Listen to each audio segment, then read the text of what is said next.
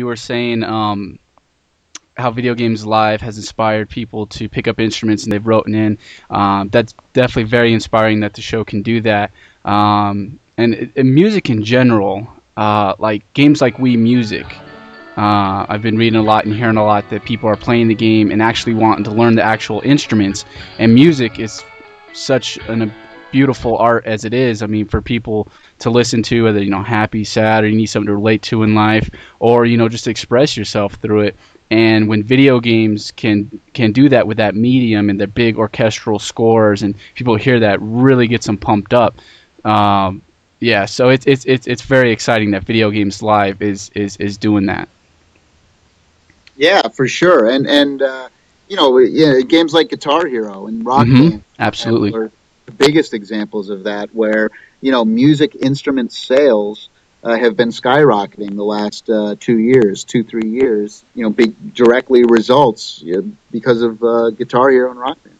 Oh, absolutely. And it introduces newer generations, like my generation, to the old school music, kind of where it all started, getting play like the Van Halen, and with Beatles Rock Band coming out, it's gonna be really big. So it's great that to get them exposed to that. Yep, giving the music a whole new life. Absolutely. Okay.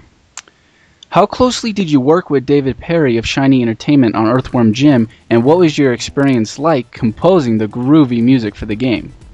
Yeah, well, me and Dave are best friends, still to this day, 20 years later. Wow. And, yeah, the first game that we had ever worked on was the Terminator for the Sega Genesis. He was the programmer over in Europe, and I was the lead tester, the game tester. This is before I started getting into music. So I was doing music and still testing at the same time. This is 1991. And so we had never met in person, but we would always send faxes back and forth. This is before email. So he would always be wondering, man, who's this guy in the U.S. always, breaking my game and figuring out ways to break my code. This guy. Nice. So I put him through hell. And then Virgin actually hired him, and he came over. And the first game we worked on together, and the whole team, because there was about a team of 8 to 10 of us who stayed together for many years. That later became Shiny Entertainment and everything. But at Virgin, the first game we all worked on was a game called Mick and Max Global Gladiator. Oh, nice.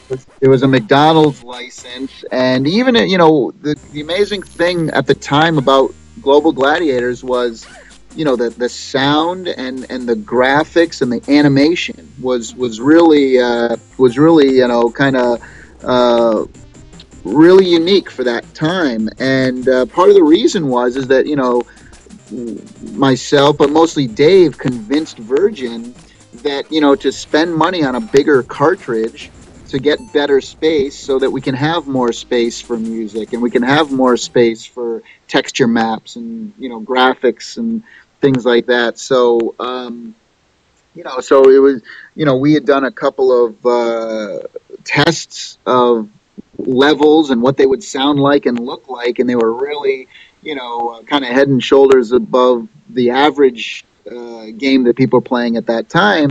And so that convinced the powers to be at Virgin to give us bigger cartridges and more space, and able to kind of bring the limit up as regards to what we could do and accomplish. After Global Gladiators, and that one, that was the first time I ever won an award for music was for that. I think that came out in 1992, and from there, as soon as we finished that, the team of us worked on Cool Spot, the 7-Up game for the Super Nintendo, which was a lot of fun. And then from there, we did Disney's Aladdin. And it was the first time that we had used the animation, where we would work with Disney animators, and they would create hand-drawn art just like they did in the movie. Nice. And then we would scan that in, touch it up, color it up. And so it was literally like you were playing an interactive cartoon. And then, getting to work with that amazing Alan Menken and Tim Rice score. and then being able to add to that and create stuff on my own or in and around what they were doing was very cool. And then from there, we all kind of left Virgin after Aladdin. It was the number one selling game that year. I believe that was 1993, 93 or 94. Yeah, sounds about right. And then, yeah, 93, I think. And then from there, we could pretty much write our own ticket. So we all left Virgin. Virgin had been bought by Viacom, and the whole company structure was changing, and it wasn't a fun place anymore. It was more of a corporate place, and so by the time Aladdin was done, the team was kind of done as well, and that's when David Perry went out and formed Shiny Entertainment in the first game, and then I went out and formed Tommy Tallarico Studios, and that was in 1994. All this went down. And the first game we all worked on together was Earthworm Jim, and, Nice. and then we went on to do Earthworm Jim 2, and then we did MDK, and then Wild 9 was kind of the last game I think that the group kind of worked on together as a group, and some of the people had left by that time. But no, working with Dave was unbelievable, and the whole team. But what Dave brought to a project was he was able to convince the powers to be to give us the space and spend extra money on audio and graphics and things like that. Because back then in the early '90s, no one cared about sound too much from Hmm. a game publisher's standpoint. It was always one of those things where the game was finished, there was no time left, there was no space on the cartridge, there was no money, and they'd walk in my office and go, "Oh, so put some sound on this. I guess we got to ship it tomorrow." So Yeah, what Dave really, myself and Dave, helped to change the opinions of people within the company to say, "Hey, look, music is something that should be thought of from the beginning. It should be budgeted for, both from a time and a space standpoint, from the beginning." And when you play the games like Earthworm Jim, and you hear the audio and kind of compare them to some of the other stuff that was being done at the time on a much lesser time constraints and much less budget for audio and technology and stuff like that. It made a difference. It made a difference and that was due directly in part to the work that Dave was able to do. absolutely. Well, and it's amazing too. How you see like with programmers and designers back in the day, like on the Atari 2600, where it was usually just one guy and he was designing everything and throwing the bleeps and bloops in there for kind of the music and the sound. And then as it starts to progress through like the Sega Genesis era, and now it being full blown. So it's great to see music really taking its stand in video gaming and embracing the experience.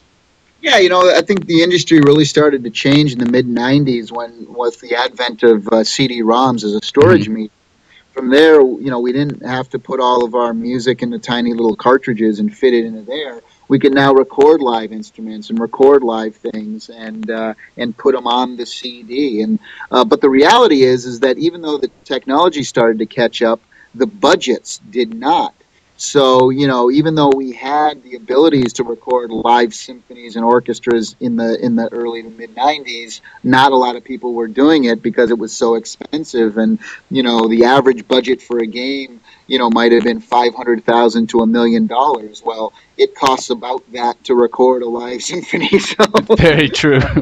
So it really wasn't until the turn of the century that the budgets and the money kind of caught up with the technology, and that's when you see the turn of the century is when you see games like Halo and the Final Fantasies and Kingdom Hearts and Warcraft and Metal Gear Solid and Hmm. Myst, these other great games that had great, incredible orchestral and other types of scores come out. So yeah, it took a little time, but now we're on the top of the mountain here. With technology and budgets and everything. So it's a good time.